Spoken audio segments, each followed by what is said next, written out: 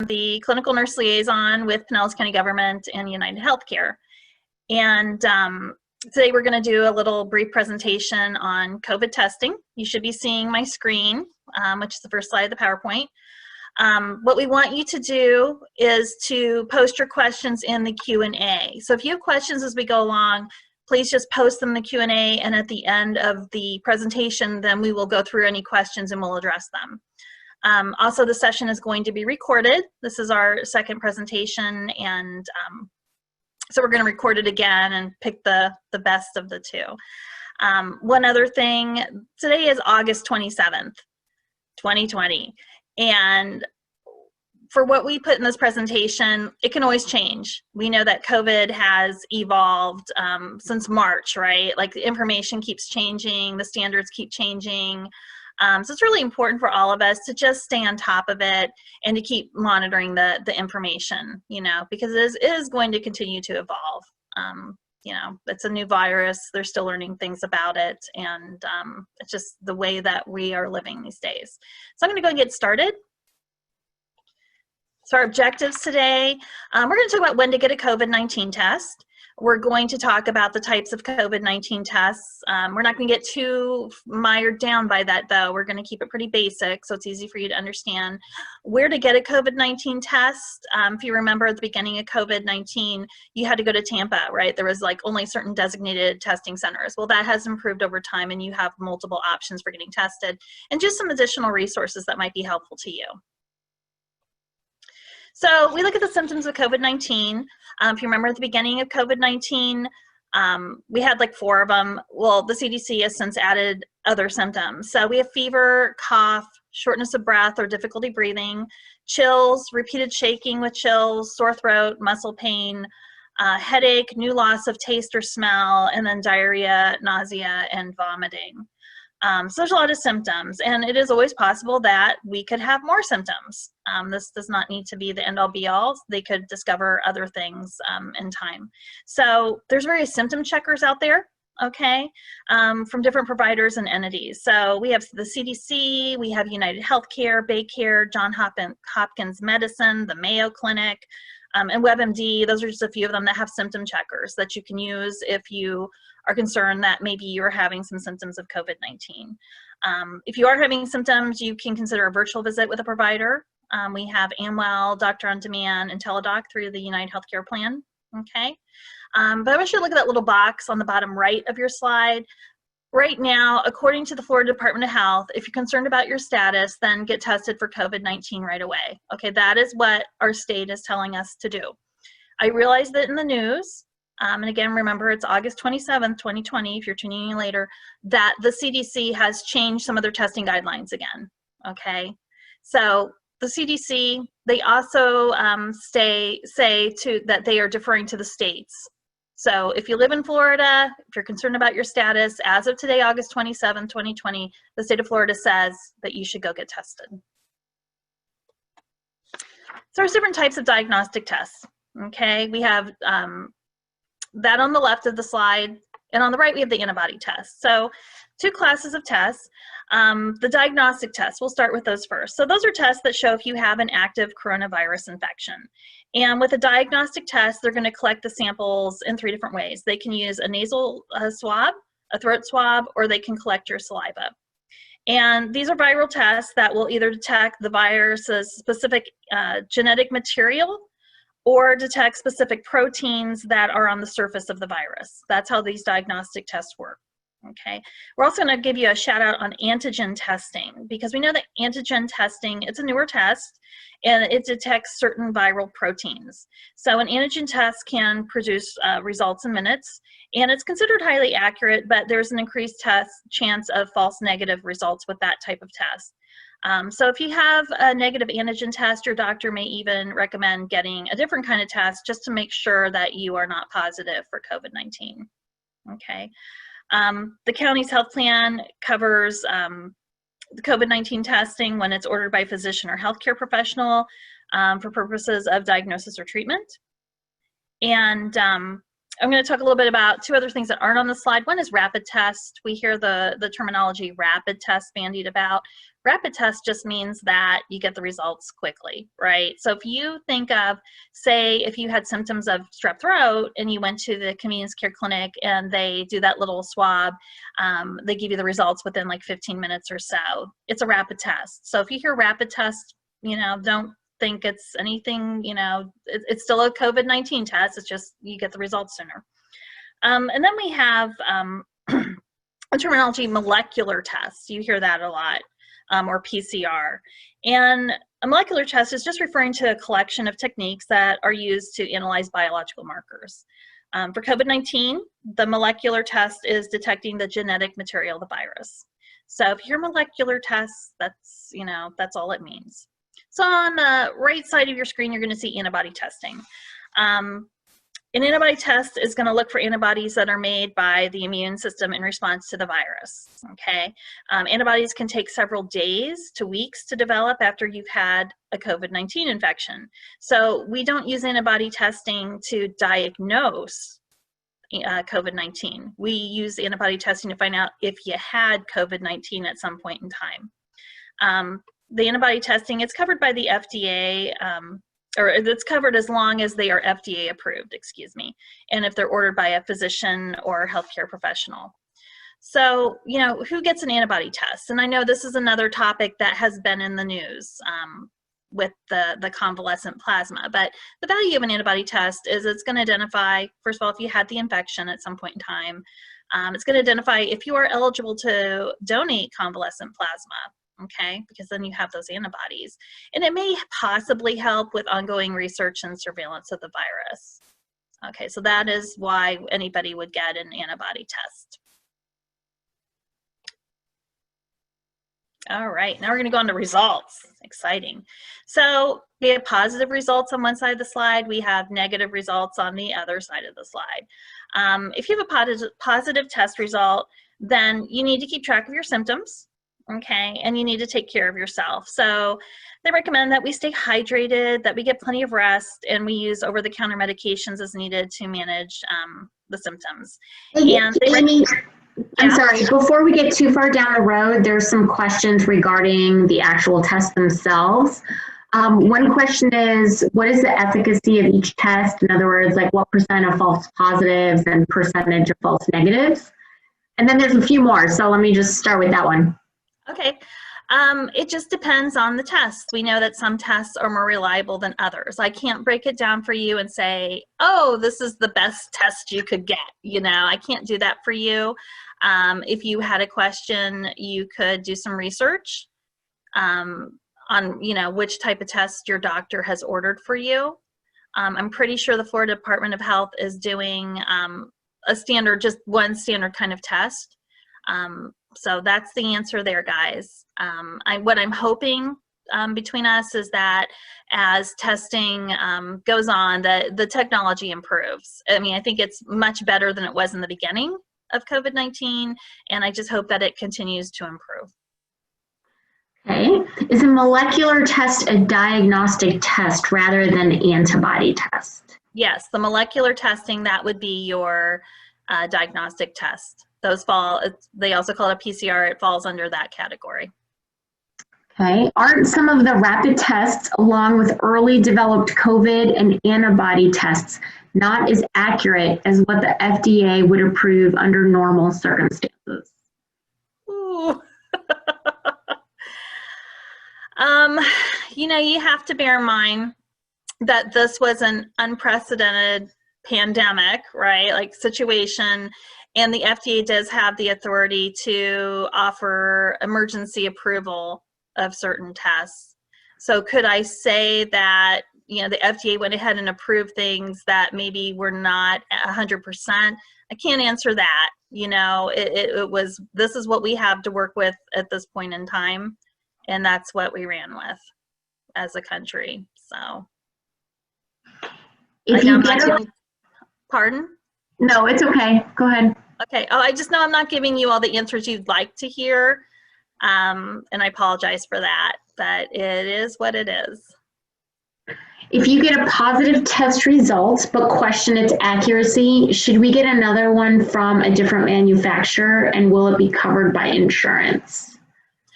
You can get COVID testing over and over again, and it should be covered by insurance.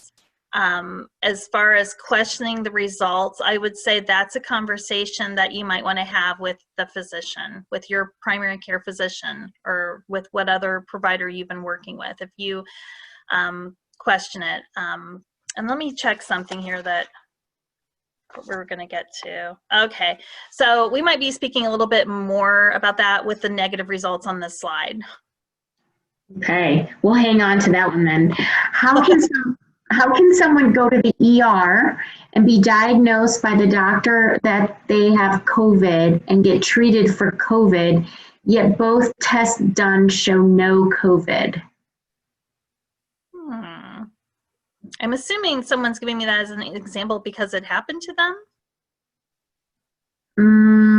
I mean, I don't want to go in those I don't want anyone to admit that, but that's what it sounds like to me. So we're saying the doctor treated me for COVID and I had 2 negative tests. Yes, this happened to a friend, by the way. Okay, so I would say that, it's at the discretion of the physician, as far as how they're going to treat you. If I'm just trying to put it into context, if I was in those shoes, if I was thinking I had COVID, I had symptoms of COVID, and I had 2 negative tests. Okay, so I'm just going to say this as well. It is at the discretion of the physician how they're going to treat you.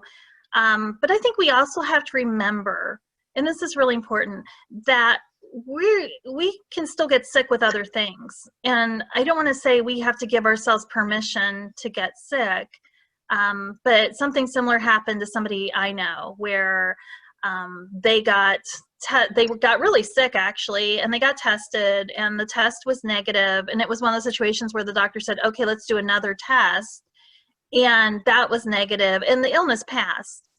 And they really just chalked it up to they caught something, and maybe it just wasn't COVID. Like when you think about all the other things that we get sick with, whether it's the flu or really bad cold or a tummy bug or whatever, those symptoms, they all are on the COVID list, right? So it is always possible that you're going to get sick with something and it's not COVID, but it's going to have a lot of those same symptoms. Okay, let's see. If we have not had any symptoms, should we be requesting the antibody test? Again, that might be a conversation you want to have with your doctor. One of the things that I hear from people is, I think I had it back in February. I think I had it back in March. The only way we're going to be able to confirm that is if you do get an antibody test. And it really boils down to the value, what is the value to you?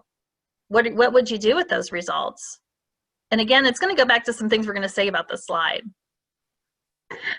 Okay, is there a diagnostic test available that is also a rapid test, or is a rapid test just for antibody tests? No. A rapid test is diagnostic.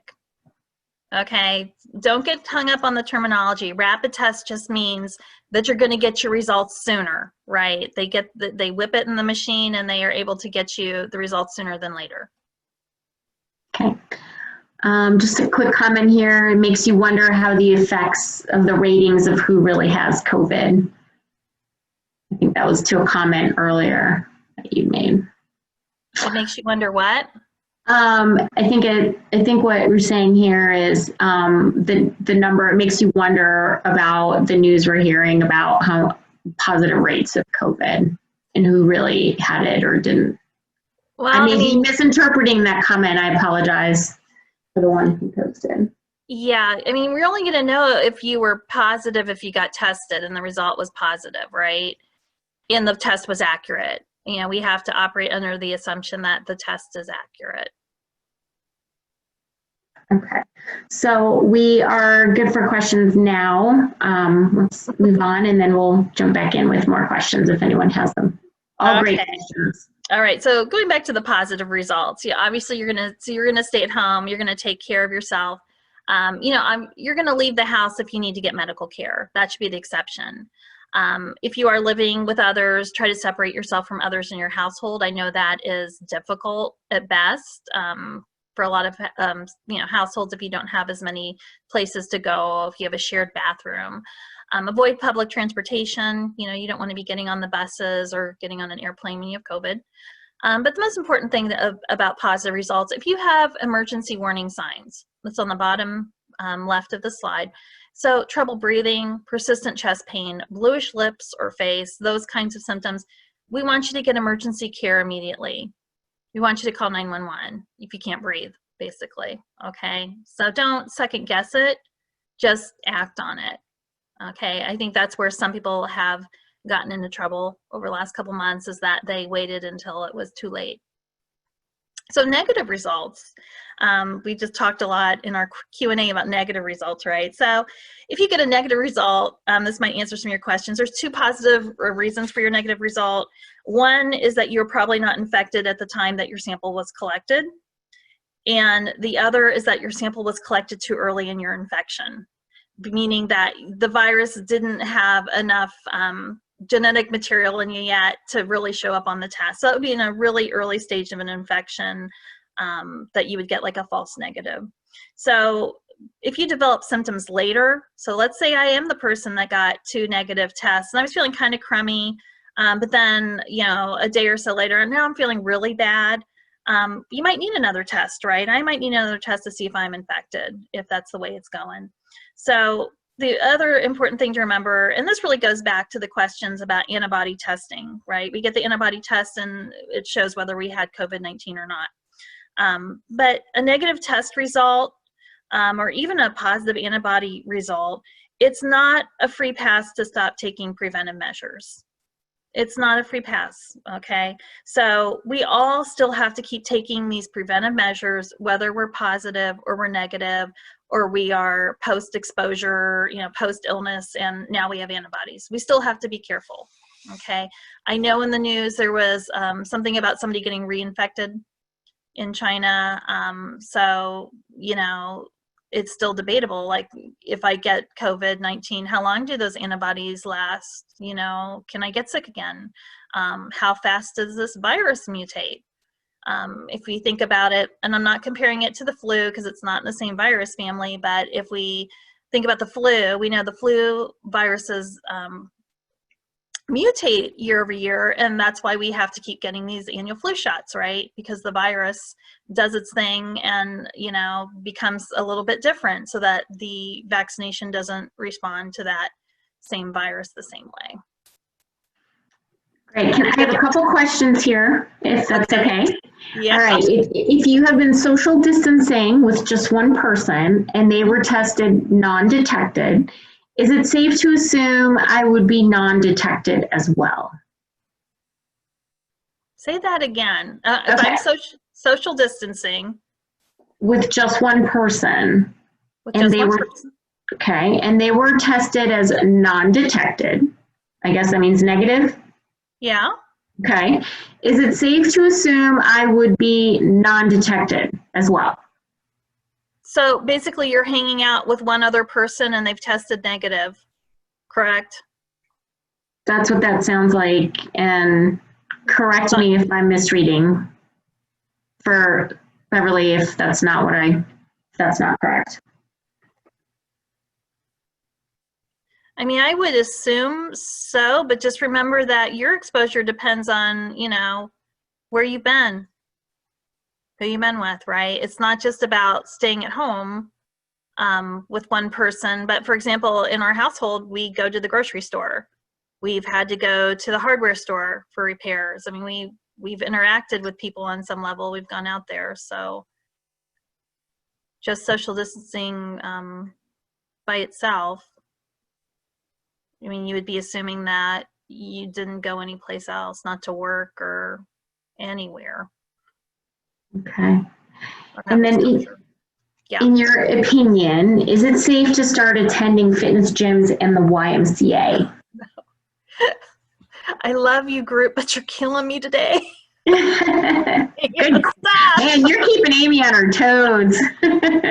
Look, it is a personal choice as to what you're willing to expose yourself to. I mean, I can't tell you don't go to the gym. Would I go to a gym? No, I'm not going to the gym. You know, I would like to go down to the wellness center and exercise, right? Like, and I'd like to go back to my office, you know, I'd like to come back on site, but no, I mean, I'm not personally comfortable with it for me or my family. It's up to you. And it's certainly up to what your gym is doing. You know, how many people are in the gym? How often are they really cleaning all the equipment? You know, how often is the air circulated through the gym? You know, I can't really answer it for you. Okay. You stated that the COVID-19 test is covered if ordered by a doctor. If a doctor from an urgent care office orders this, will it be covered or only by your PCP? Any doctor who orders it, you're going to be covered. Okay, so if you go to an urgent care because you're sick and the doctor wants to test you for COVID, it's covered. If you go to a convenience care clinic because you're sick, you know, and the nurse practitioner wants to check you out and test you for COVID, it's covered. Don't worry about that. Okay, we're good for now. Okay. Oh my God, no, just kidding. All right, have multiple COVID-19 strains been identified? That would mean you could get sick from one strain, recover, and then get infected from another strain and get sick again. And then do you know if the vaccine development process is working on preventing multiple strains if this is the case? Okay, so right now there's one strain that we know about, right? It's COVID-19, which is CO for corona, VI for virus, D for disease, and 2019 for the year it was discovered. You know, as far as I know, I think it's early. You're just too early to talk about the possibility of mutation. Would I think the virus would mutate? Yeah. I mean, that's what viruses do, right? Like, that's what the flu does. That's what cold viruses do. So I think we're a little early on that. Vaccine hasn't been released yet. It is in trials. So I don't think, as far as I know, nobody on the planet has been, well, I'll just put it this way. No one in the United States, other than trial participants, have been vaccinated, to the best of my knowledge. What's going on in other countries, I couldn't speak to. Okay. And do I think we would need vaccines after that? Again, we're early. If this thing mutates and goes out again and spreads among the population, then I guess the answer is going to be yeah. Like it would probably be something like the flu, where you'd get an annual, you know, you'd have different strains and different vaccinations for the flu. Okay, no more questions for now. Okay. This is a good group, by the way. I am thumbs up enjoying this one today. You guys are lively. So where can I get tested? Convenience care clinics, urgent care centers, the Florida Department of Health testing sites. There's drive-through locations that different hospital entities have had. Labs, self-collection tests. I'm not going to get hung up on self-collection tests, okay? But in a nutshell, the type of test that you're getting, it's going to determine where you're going to need to go, okay? So we have a lot of different venues for testing. If we look on the right side of the screen, okay, this is important information. So let's say I'm going to go get tested. Well, I'm going to contact that testing location before arriving to make sure that I'm meeting their testing criteria. I'm going to find out what information I need to bring with me, and I'm going to confirm their hours of operation and availability. So always call ahead if you can, right? Just to make sure that you have everything that you need and you're good to go. So we're going to start with MyUTcom for locating a testing site. This is the MyUTcom landing page here, right, to log in. Everybody, hopefully, who's on the plan has seen this before. If you don't have United Healthcare, that's okay, and I'll tell you why.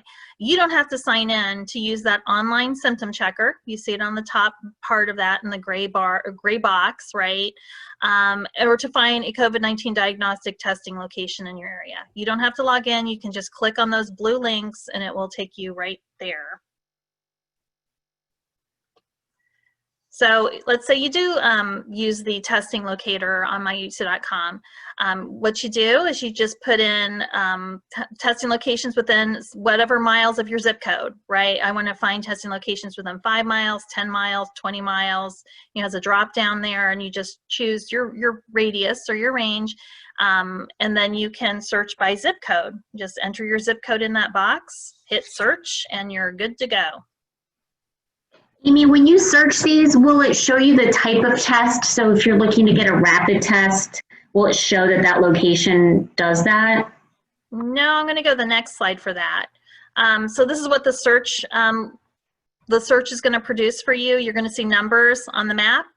You're going to, if you click on any of those numbers, so for example, I clicked on number 9 there, and that showed me that was the CVS on North Highland Avenue. So it doesn't say like, well, you can get this test, or that test. It just tells you where it's at. But again, if you need a very specific type of test, you can always call ahead and ask if they have that type of test, okay? I will tell you, I'm not sure that they are drawing blood for antibody testing in convenience care clinics. Not sure about that, but maybe they are. Haven't had that one come up yet. So if you visit our United Healthcare website, okay, and this is not the MyUTcom landing page, this is just United Healthcare, you can access that same testing locator in the symptom checker, okay? The bonus about using this website, if you look on the left side of our screen there, you can see that there's other COVID-19 related topics that you could click on and get more information for. If you have a different health plan, if you're not with United Healthcare, just check with your insurer, okay, about cost sharing, because the cost sharing information here, it is specific to United Healthcare. So if you're using a different insurer, you just want to double check, you know, what they are saying as far as what's covered and what's in network and out of network. Okay, then we have the Florida Department of Health testing sites. So they also have a testing locator on their page. On their website, and these testing sites through the Florida Department of Health, they are sponsored by the state of Florida, and they are free and open to the public. So again, if you look there on our little screen, you can see that you can select the county, search by city, okay, if you want to use the Florida Department of Health for your testing. So this is what happens. It's a screenshot of the Florida Department of Health testing locations in Pinellas County. You can see there's 4 in your county. If I click on a location, the address for that location will be displayed.